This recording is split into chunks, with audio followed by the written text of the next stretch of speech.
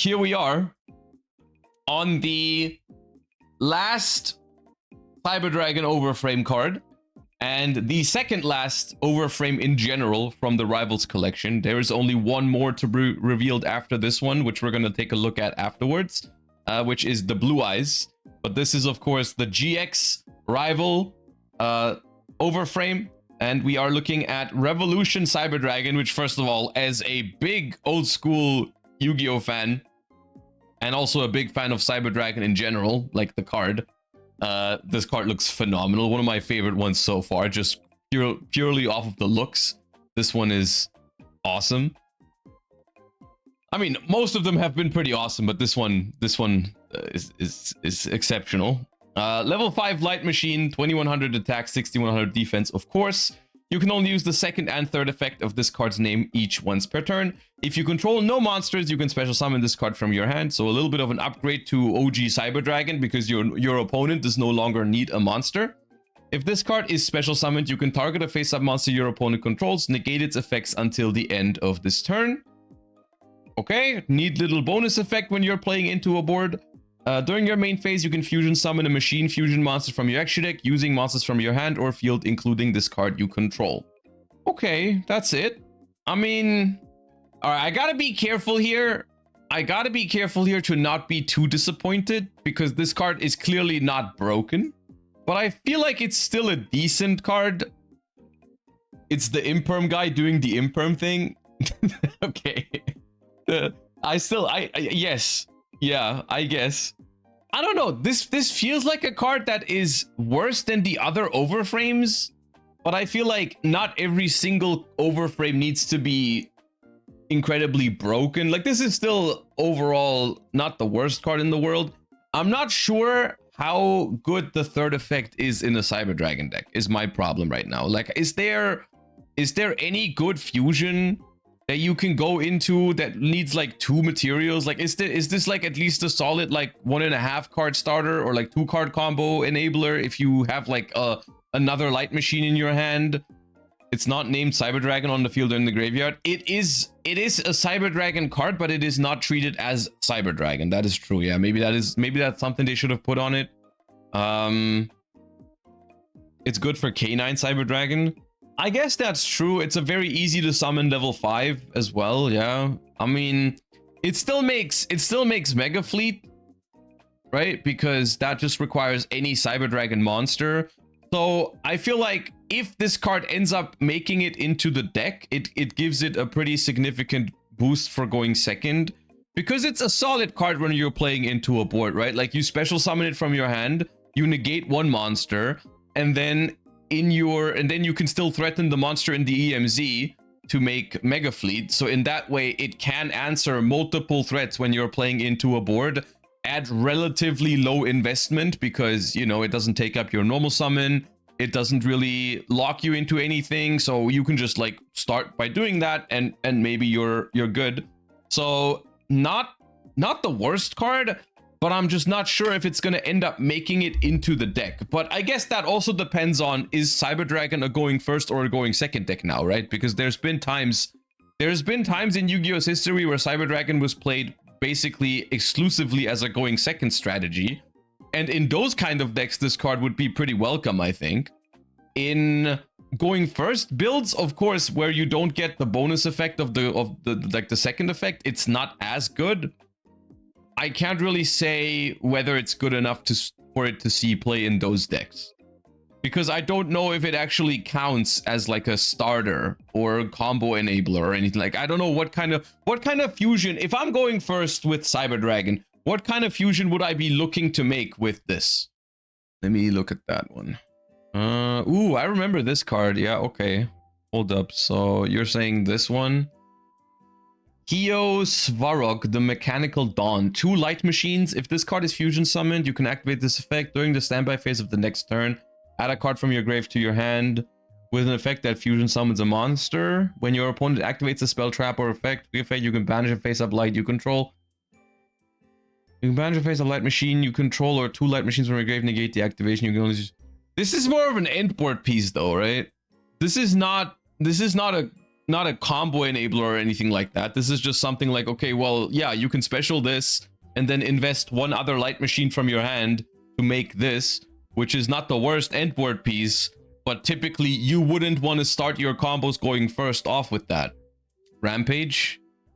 Chimera Tech Rampage Dragon is 2+ Cyber Dragon monsters. A fusion summon of this card can only be done with the above materials. When this card is fusion summoned, you can target spell traps, blah blah blah, destroy them. Once per turn, you can send up to 2 light machines from your deck to the grave, and if you do, for each monster sent to the grave, this card gains an additional attack during each battle phase. Okay, you know, that seems like a solid way to summon this card. Yeah, it's not that bad, I don't think. It's not crazy. It's not crazy, but it's okay. It's like going first, you can summon this, which I'm sure that's gonna help in some world. Or you can summon this, which is a spell trap negation and gives you some follow-up, which is okay. Nothing too crazy here. And then when you're going second, you get a bonus negate, and then you can make Mega Fleet. That's the one thing I've been really liking with these Overframe cards so far. There's been a bunch, or not just Overframes, but a lot of the cards, I'm just remembering that recently, a lot of the cards we've reacted to or looked at, they had bonus effects for going second, which is great. I do think that is a good direction for cards in general. I'm noticing they're putting a lot of bonus effects for going second, which is nice. And not all of them are turn 0 like hand traps. A lot of them are just cards that play into boards better, which I think that is a good direction for the game. In that regard, still, I'm not convinced that this card is strong enough to make Cyber Dragon meta, or even if Cyber Dragon becomes meta with the other Overframes, if this card is going to make it into the deck. At the very least, this card is going to come out and it's going to look awesome. This is probably one of my favorite Overframes in terms of looks so far. So I don't even care. This card can do nothing wrong in my opinion. This card it's going to look awesome, and even if it doesn't end up being good, it's going to be very pretty. Should be a valuable collector's card, shouldn't it? I mean, in my opinion, I don't know how many people out there agree, but I think this is one of my favorite new Overframes, if not my favorite so far in terms of looks. Like, I think this card is awesome because as a competitive player, Cyber Dragon is also a very iconic card to me. As someone who played competitively back in the day already, Cyber Dragon is one of the most like iconic cards from that era. For competitive Yu-Gi-Oh! Of course, in the anime, it was maybe overshadowed by some other cards, but like in competitive Yu-Gi-Oh! It was really, really good. I love the design on the card. The effect is all right. It's not a bad card, but nothing too crazy, at least compared to the other Overframes. The Red Dragon Archfiend card art yesterday was so good. It was also good, but I just like I don't vibe with Red Dragon Archfiend as much as with Cyber Dragon, you know? Like that card could look as good as it wants to. It would never be more iconic to me as Cyber Dragon. Is Dark Magician still a meme deck after the Overframes? We'll have to find out. This is something that once we have the final Overframe in about 20 minutes, once we have all of the Overframes, we can start thinking about like what exactly these cards are going to do to the game, because some of them are really, really powerful, including the Dark Magician ones, right? Like, I think there is a realistic chance that multiple of these archetypes end up being meta relevant because of these cards. Just we're gonna have to wait and see which ones exactly. Do an Overframe tier list on the artworks. Yeah, we can do that next week probably. If all of the artworks are revealed, we can take all of them, and I wanna make some content on the Overframes now that we are going to have all of them revealed. Just I'm gonna focus on the Duelist Cup first, but then next week we can talk about like we can make a tier list for all the artworks. We can also talk about what they're gonna do to the game and everything, because like part of me, I'm super excited for the Overframes to finally happen as a concept, but then again, some of their effects are kind of powerful, so I'm always a little worried about the power creep here. But we're gonna like I'm gonna have to take a step back and look at all of them again, because there's been so many. So it's really hard for me to off the top of my head just like remember all of them and think of each individual Overframe now in the context of the other Overframes and how good the archetypes already are, and so on and so forth. So it's gonna take a little bit more than just you know, what I can do right now. But yeah. All right, so this is the final Overframe card from the Rivals collection. Not just the final Blue Eyes one, but actually the final one. This is the last one that's been revealed. After this, we are done with all of the Limit Over collection reveals. So we can, after this, eventually take a look at all of the Overframes and talk about their power levels and so on and so forth. But first, we have the Flute of Dragon Guidance, which is a normal spell card. Take this translation with a grain of salt because I'm taking it from the Discord. Let me know if anything is wrong with it, I guess. The effects of this card's 1 and 2 can only be used once per turn each. First effect, you can activate this effect if there is a spellcaster on the field. Special summon a level 5 or higher dragon type monster from your deck. If there are 2 or more monsters on your opponent's field, you can special summon 1 additional monster from your deck named after the special summoned monster. This turn, you can only special summon dragon type monsters or spellcaster monsters. Wait, you can special 1 additional monster named after the special. So 1 monster with the same name is what that means. So if I have a spellcaster on the board, I summon a level 5 or higher dragon from deck. And if my opponent has 2 or more monsters, I get to summon 2 of them, right? Second effect, during your main phase 2, you can banish this card that was sent to the graveyard this turn, draw 1 card. Okay, once again, the trend is continuing that they are making more cards with bonus effects for going second, which I think is awesome. We get a bonus summon if our opponent has a board, and we also get a bonus draw if we get to main phase 2 on the same turn that it goes to the grave, which we can obviously not do on the first turn. We can only do it going second, which is nice. So just a bonus draw in main phase 2, pretty much. Why are you guys saying it's bad? It is, okay, one thing that is weird is that it doesn't mention Blue Eyes White Dragon, and that means you cannot get it with wishes or the True Light. You cannot access it. You can't search it. It sucks. There's no way it sucks. There's no way it sucks. The card says special summon any level 5 or higher dragon from your deck. All right. It's not that bad of a card, and it has a bonus effect going second, and it draws you a card if you're going second. There's no way it's bad, okay? But it's not broken. It's not like custom support for Blue Eyes, I feel like, because you can't search it. If you could search it, I would say it would be a pretty good card. Basically, Roar in Blue Eyes. Yeah, I guess it can summon Magnamute for a free +1 as well. Like you summon Mag, but the weird thing is, like, even though this card has no locks on it whatsoever, right? No locks on it whatsoever, the condition is still pretty, I don't want to say harsh, but it still is relatively specific, because you need to be playing a deck that has spellcasters on the field a lot, right? Which is essentially Blue Eyes, right? You need to be playing a deck that plays spellcasters and wants to summon level 5 or higher dragons. You're locked into dragons and spell. Oh yeah, right. It does have a lock into. After this turn, you can only special dragon spellcasters. Okay, yeah. I mean, that which deck can play this card? Draco Tail.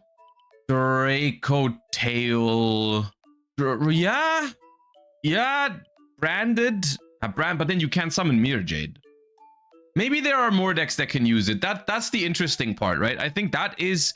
The interesting part is, are there also other decks that can use it? Because I do agree with you guys, in Blue Eyes directly, this card isn't that crazy.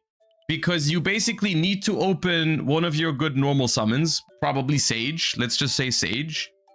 You need to have Sage already on the field, which means you already have a starter.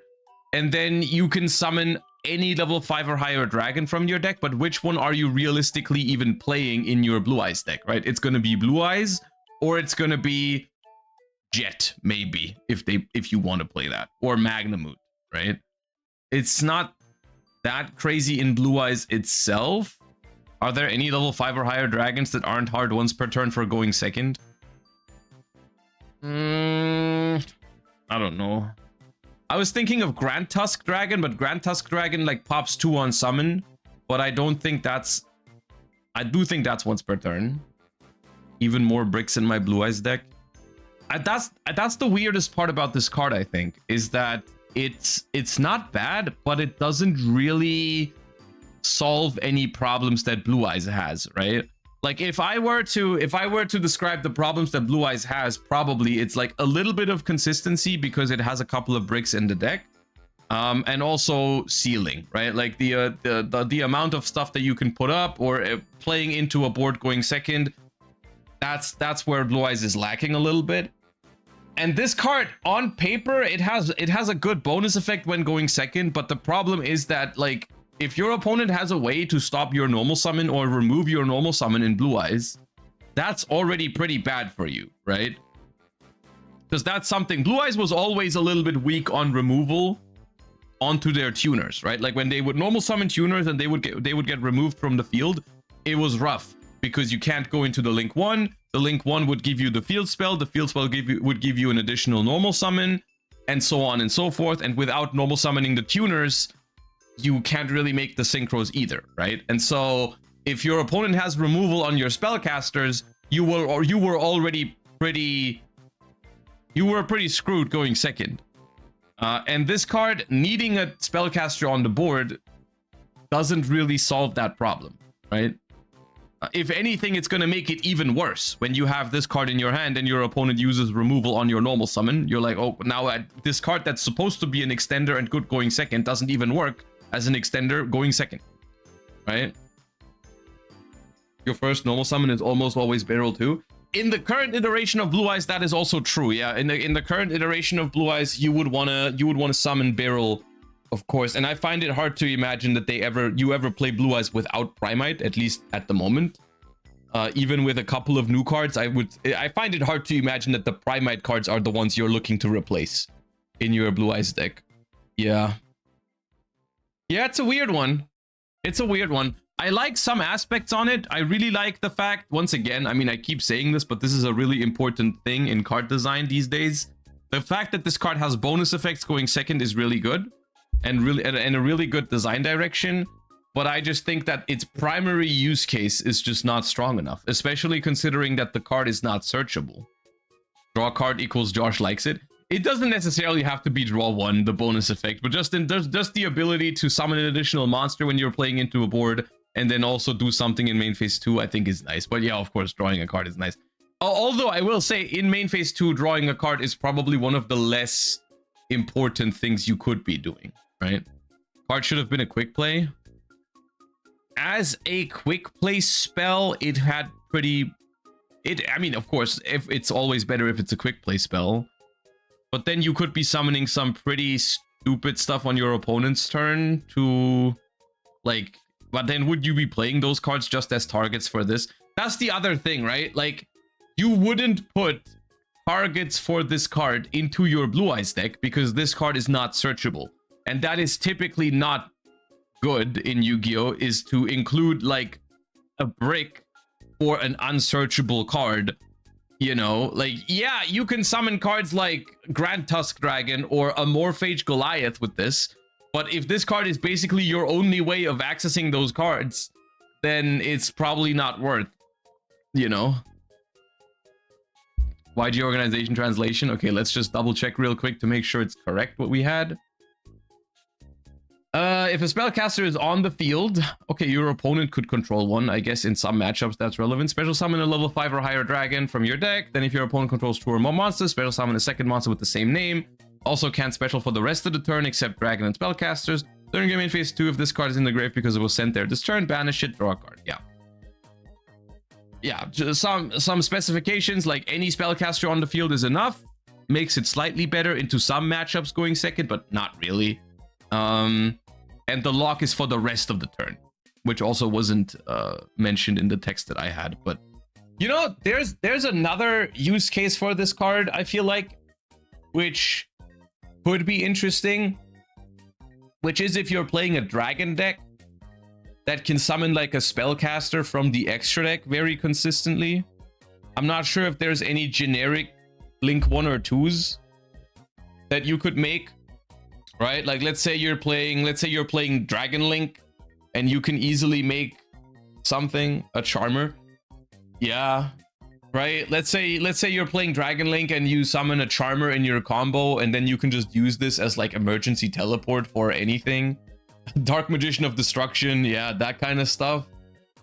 I don't know, but then once again, this card is the kind of, this is like the worst kind of Yu-Gi-Oh card in my, not the worst kind, nah, that's exaggerated, but like playing an extender that only works if you're already able to combo is like typically not good. Typically. Not always, but unsearchable and only extends if you can already combo is not great. Right? Like the definition of win more. So okay, the last Blue Eyes card is kind of disappointing. I wasn't expecting this, by the way. I thought Blue Eyes was gonna eat good from these cards. I thought if there was any archetype that was likely to get the best cards, I thought it would be Blue Eyes. Because historically, they've always treated Blue Eyes like this, right? They've always treated Blue Eyes more favorably than other archetypes. I thought it'd be an ultimate retrain. There was so many cool possibilities, right? Like a Blue Eyes Ultimate Dragon Overframe would have gone hard. Most of these last rival cards have been so disappointing. Disappointing from the competitive standpoint, yes. On another hand, though, I'm not super disappointed by this, because I was a little bit worried with some of the earlier Overframes that they would like kind of overshoot the goal and kind of power creep too much with these cards. So seeing some of them being more reasonable, maybe even not great, is not necessarily a bad thing for me, because ultimately my point on this still stands. The most important thing for these cards is that they look good. And I think this card does look good, right? And so I don't think it matters that much. But of course, if you are a fan of the Blue Eyes deck and you were hoping for more, then this is not great, right? This card is probably not very playable. The Cyber Dragon not being treated as Cyber Dragon is insane. Yeah, that was a big miss lore wise, I feel like, and also just archetype wise. Like that was kind of necessary. Next main set name got revealed, by the way. Oh yeah, I saw that yesterday. What was it called? It was called Beyond the Brave. Beyond the Brave is the next core set. So get your guesses in what this means. What does Beyond the Brave mean in terms of which kind of archetypes get support? Hero and Neospatian. This is probably a stretch, but wasn't Adventure Engine called Brave Engine in the beginning? Isn't that what it's called in the OCG? The Brave token? It's probably too early for them and not iconic enough to make a set around it, though. Right? It's probably a stretch. Yeah, Utopia is more like it, right? Utopia Beyond. I could see that too. Maybe. I hope it's Utopia and we get more rank up spells. That would be awesome.